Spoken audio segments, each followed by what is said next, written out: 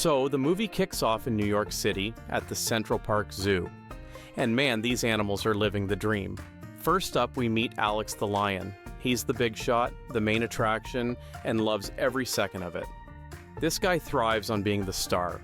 He's got his face plastered everywhere, from billboards to souvenirs, and you can tell he loves the attention. Every day for him is like being on a red carpet, with people cheering him on. He's basically the Beyoncé of the zoo. Then there's Marty the zebra, Alex's best friend, but while Alex is soaking up the limelight, Marty's having, let's call it a midlife crisis. He's turning 10, and in zebra years, that's like hitting your 40s. Marty's starting to feel like there's gotta be more to life than the zoo, more than just running on a treadmill and eating the same old grass. He's daydreaming about the wild, imagining himself galloping through open fields with no fences to hold him back. Gloria, the hippo, is the chill, no-nonsense friend in the group. She's comfortable in her skin and just loves hanging out, being pampered. I mean, who wouldn't love living the good life, right? No predators, plenty of food, and a pool all to herself. She's cool with her zoo life. No need for the wild, thank you very much. And then we've got Melman, the giraffe. Oh man, Melman's the hypochondriac of the crew. He's constantly worried about getting sick or dying from some random disease. He's got this whole medical routine down, taking meds, doing checkups, and freaking out over the smallest things. But deep down, he's got a big heart, and he's a loyal friend. Even with all his anxieties, he'd never abandon his crew. Now, while Alex and the others are more than happy in their cushy zoo life, Marty's just not feeling it anymore. He wants out. He's craving adventure. So one night, after all the birthday celebrations and the dancing around, Marty hatches a plan. And this plan? To escape the zoo and find the wild? Yeah, that's right. Marty's ready to ditch the comfort of the zoo for a life of freedom. Sounds risky, right? Marty sneaks out after dark, determined to get to the wild. He's heard about this place called the Wild from some shady penguins at the zoo who, by the way, have their own little escape plan going on. Marty's inspired by them, and he heads off to Grand Central Station of all places, thinking it'll lead him to the great outdoors. But of course, what are friends for if not to get into trouble together? When Alex realizes Marty's missing, he freaks out. He can't let his best friend run off alone, so he, Gloria, and Melman go after him. Cue the chaos. These zoo animals end up running around New York City in the middle of the night, completely out of their element. It's hilarious watching them trying to blend in with the humans. Spoiler alert, they don't blend in at all. Eventually they catch up to Marty at Grand Central Station, and right when they think they've got everything under control, boom! The police show up and things get even crazier. The authorities think these animals are dangerous, which I guess technically they are. So they tranquilize them and pack them into crates. But instead of being sent back to the zoo, they're accidentally shipped off to, well, somewhere else. So the gang wakes up in their crates, completely clueless about where they are. They're groggy, confused, and definitely not in New York anymore. After a whole lot of rocking and some serious turbulence, the crates tumble off a ship and wash up on the shore of a tropical island. At first they think they're at the San Diego Zoo or some kind of resort, and why not? The place is beautiful, sunny skies, clear water, palm trees swaying in the breeze. It's basically paradise. But something's off. There's no people, no zoo staff, and definitely no cages. They've been dumped in the middle of the wild, and the realization hits them like a ton of bricks. This is Madagascar, an island off the coast of Africa.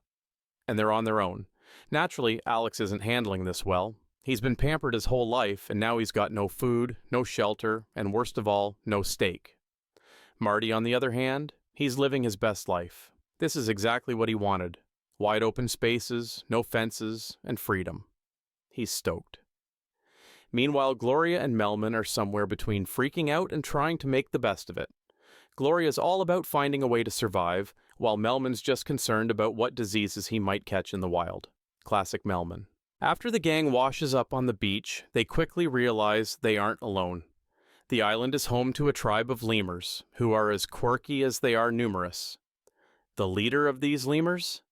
King Julian XIII, a flamboyant, loud-mouthed, and self-obsessed ruler who loves to dance and party. King Julian immediately assumes that the group of animals, especially Alex, will be their salvation against the dreaded fooses, the predators that hunt the lemurs. And when we say King Julian is eccentric, we mean it.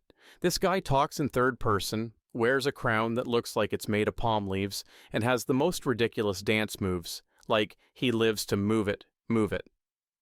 But here's where things start to get a little complicated.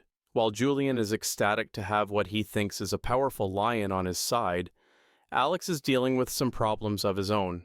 See, he's always been fed delicious meals back at the zoo, and now that he's out in the wild, the hunger pangs are real.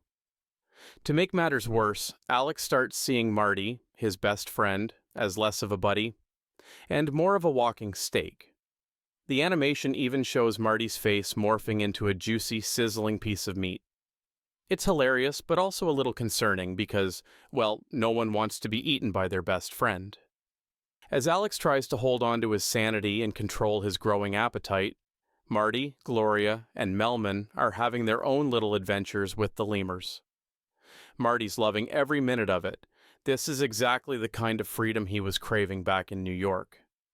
Gloria is trying to keep the peace, while Melman, always the hypochondriac, is more concerned with the island's germs and diseases. The contrast between these personalities keeps the humor flowing, but there's an underlying tension, especially with Alex becoming more unpredictable. King Julian, on the other hand, doesn't see any of this. He's too wrapped up in his own little world of parties and fossa fighting plans. He convinces the lemurs that Alex and the gang are their saviors, and naturally, they throw a huge welcome party, complete with a dance-off. There's music, dancing, and a lot of awkward moments as Alex's hunger starts to reach its peak. As the days pass, Alex's condition worsens. His friendly, goofy demeanor is slowly being replaced by his predatory instincts. Marty notices the change in his friend, but doesn't want to believe that Alex would ever hurt him. Still, the others are getting worried. Alex starts isolating himself, trying to keep his distance from the others to avoid doing something he'll regret. Marty, realizing that staying on the island isn't safe anymore, comes up with a plan. He suggests they escape Madagascar and find their way back to New York. The problem is, they have no idea how to do that. They're stranded on an island with no boat, no map, and no real idea of where they are. Things get even more chaotic when the fooses finally show up and the lemurs are left defenseless. In the midst of all this, Alex, who's been battling his inner lion instincts, manages to regain some control. In a climactic moment, he turns on the fooses and uses his size and strength to scare them off.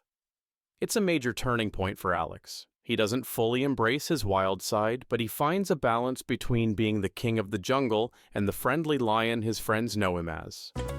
The episode ends on a high note, with the fooses running for their lives and King Julian declaring Alex the hero of the island. But the question still remains, how are they going to get back to New York? As the credits roll, the group is left contemplating their next move, setting the stage for more wild adventures in the sequels.